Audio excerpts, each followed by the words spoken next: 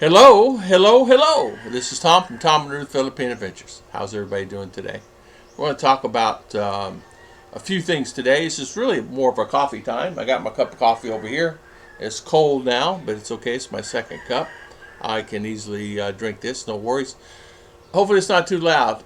Today, as you know, Bud Brown's leaving, and old Paul Old Dog, New Tricks, is did a couple interviews, and I really find it quite interesting. And they were talking about leaving in the some of the things that's going on. In other words, what they're going through is exactly what I went through, and what they're going through with their if some of the things they were saying. If you've seen one place here, you've seen them all. In other words, they were talking about in depth. Meaning, if I'm here in Mindinao and I go to Naga, if I go to Bohol, or I go, you might see a beach. But other than that, it's the same. It's the Sari store. It's the same things here. You're in the islands, and it's the same trees here as you would some of the other places. Might be a pine or two. But what I want to talk about, being prepared coming here to the Philippines, and being aware of the conveniences. Some of the guys are actually saying to me, I miss conveniences, and the conveniences is, and even they touched upon this a little bit, a convenience of getting up and going and get the things that you want when you want it. When you go to do a chore here, it may take you a little longer to do the chore. So say, for instance, you go into town to buy a pair of pliers, or you're going to buy bolts and nuts and things like that, or something for your house, or a piece of steel. You may find yourself going to 4, 5, 6 different places. In other words, there's no one place that has everything. It's going to be a little complicated sometimes if you have something in your mind that you would want, finding that particular thing. But that's okay. You just have to be prepared for it. A lot of people don't really think about it. It's not like going to the convenience of having Walmart where you can go pick up anything and everything, get a haircut, and get your teeth worked on at the same time. Uh, and by doing that, it's good that you can experience the life of the Philippines and or Asia. And as you know, Philippines lately has been getting kind of a bad rap because of the offloading and the things that's going on here. Still a great country to come and live and visit, and live if you want to live full time here or retire here. There's a lot of new vloggers on that are coming, the younger crowd. The guys that are retiring in their 40s now, and the guys retiring at 30s. In fact, there's a new one just hit the ground here. He's been here now 6 months, and he's got already 20,000 subscribers and 50,000 views per video, no matter what he does. And he said, I never expected this. All I do is talk, and I got 50,000 views. Before, I'm in the States, I talk and I get 2 views. But being here in the Philippines has opened the door, and everybody's searching, everybody's scrolling the internet for news. How much can I live there for? How much money can I survive on? Is this going to be enough? Is this going to be enough money for me to live on there? What do I have to worry about? Well, it's one thing came about recently that the new trend is saying is Medicare is coming to the Philippines. Medicare is coming. So some of the guys are saying, I'm getting like quite a few guys saying, is Medicare? People are saying Medicare is coming. Well, honestly, I don't think so. My personal opinion, I don't think so. The reason why is the infrastructure itself does not have enough to handle any insurance, and to go through and handle Medicare and Medicaid and their software program, be able to have it in the hospital, it's going to be very hard. Medicare Medicare and Medicaid is only used in the United States of America. In any of the states, you can use that. Outside the country, you cannot use Medicare or Medicaid or any of that stuff. You can use it in Guam. If you find yourself here in the Philippines and you want some type of care and you have Medicare or Medicaid, you can actually fly to Guam and get the service that you need, and they will take care of you. A lot of guys are doing that. They're paying for the fees, the $150, $200 a month on their Medicare, and they have issues. They just get on a plane and go to Guam and don't worry about it, instead of worrying with going to the doctors here and finding the right doctor. The problem a lot of times is finding the right doctor and the right hospital. For an example, we still have our rash on our arms. I don't know if you can see it. There's a rash. I got a really heavy rash that I can't seem to get rid of. And you finding the right doctor to look at that can be complicated. So we're going to have to travel an hour, hour and a half one way just to. We have a doctor now that maybe can help us with this. So you have to really think about that care. For example, also in the same instance, I want to say that make sure that you do coming here, you plan for living where you're close to the hospital, like across the street, where you can walk to it, or you can be carried across the street, or somewhere close, because 911 really does exist, but an ambulance does not exist. They do have some rapid, fast in Davao, but they're limited, and if they're on call in another place, they won't be able to get to you. And sometimes, in some instances, they're not going to get you for 2, 3, 4 hours or longer.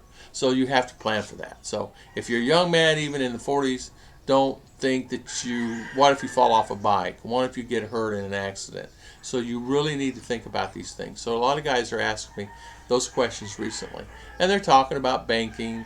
They're asking questions about banking. And they're asking questions about, is my money safe here? I would still keep the money in the States and let the States handle their money instead of bringing it here in the Philippines. Some of the guys are having issues with them taking the money and have access to your money. So you have to be careful with that. What I mean by that is just because you have your check deposited does not mean you can go gain the money today. You may not have access to money for 10 days. Sometimes they'll hold it for a day, a week, 2 weeks before you can gain access to it. A day, I'm wrong with that. It's usually 3 to 5 days. So a lot of guys are saying, "Oh, I can't get it. Why can't I gain access?" Where if you had your money in the States, it's really easy. You just take your credit card, go down to the bank, and pull out what you want to pull out, because your cards are worldwide now with the chips in them, so you can get your money at ease anytime you want it. And so the convenience of having things of ease may be complicated for a lot of guys, and some of the guys they're not happy with that current situation, and that they just decide that, okay, it was fine, I'm here a few months and I'll just go back to the States, and because it's easier there and I can have the convenience and availability to do what I want to do when I want to do it, and not be dependent upon a culture as to their need. Because here's an example. This week is Happy Holy Week to everybody. Holy Week is closing down tomorrow, basically, until next Tuesday. And so what that means is there'll be no buses, no taxis, no trikes, be limited. Buses, no buses. What am I saying? Tricycle, taxis, trikes will be very limited, if any at all. Our town, basically, here in the province, you're going to it's going to be shut down. Stores won't be open. There won't be anything open. And what's open, there'll be skeleton crews in there. So if you have banking to do, if you have something you need to do, you better go get your money out today, because it may not be available tomorrow or the next day or the next day, because everybody's going to be getting off and they're going to go get their money. And so the banks themselves will be overloaded. Now, we ran across this last year before last, where there's no money in the banks. And so no matter where we went, there was no money because it's emptied. Not it was full, but people are Holy Week. So you got to be prepared for things like that. A lot of the guys saying, "Oh, I can't wait." Well, did you get enough food? You got food enough for the week? You have all your vegetables you like? You have everything that you want? Last year I went to town. Ruth was sick, and I went to the only thing that was open was Mercury Drug. All stores, everything was Mercury Drug. I went and bought a few canned goods.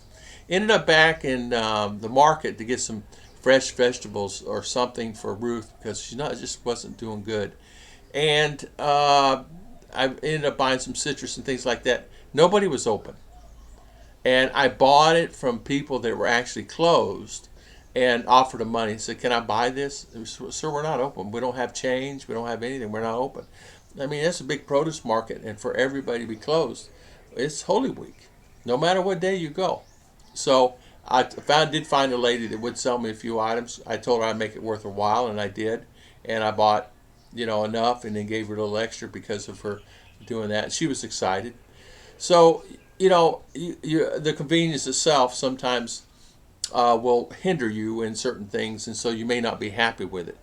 For example, we need to go buy some steel today, and so hopefully they'll be open enough that we can go buy the steel and stuff that we need to do the project that we need to have done today. And it's always kind of like that. So if just because you go to town, you're craving beef, you may not be able to find the beef that you want, or may not be available, and or chicken and or fish. A lot of times fishmongers come around here. This morning I didn't hear any for the first time in a long time, which was unusual. I usually hear fishmongers out early.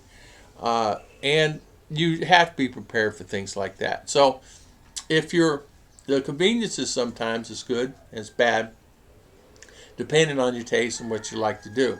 Now, as far as traveling during this time, this week is going to be hard. But other than that, travel after this week will be fine and fantastic. You'll be able to catch your buses and planes and trains and everything. So I did see online where they're going to start limiting, and I'll go in detail on this in another video coming up, limiting flights. A new trend they're trying to do is limiting flights coming into the Philippines. And limiting the flights would be, why would they limit the flights? I know that they've had some issues with things, somebody leaving the Philippines, going back out of the country for jobs and things like that. And recently we just had a friend of mine, a student, was denied and leaving because of whatever reason. There's no reason really. There's quite a bit of that going on. All you have to do is watch the news. Don't listen to what I say. Just watch the news and you'll see what's going on.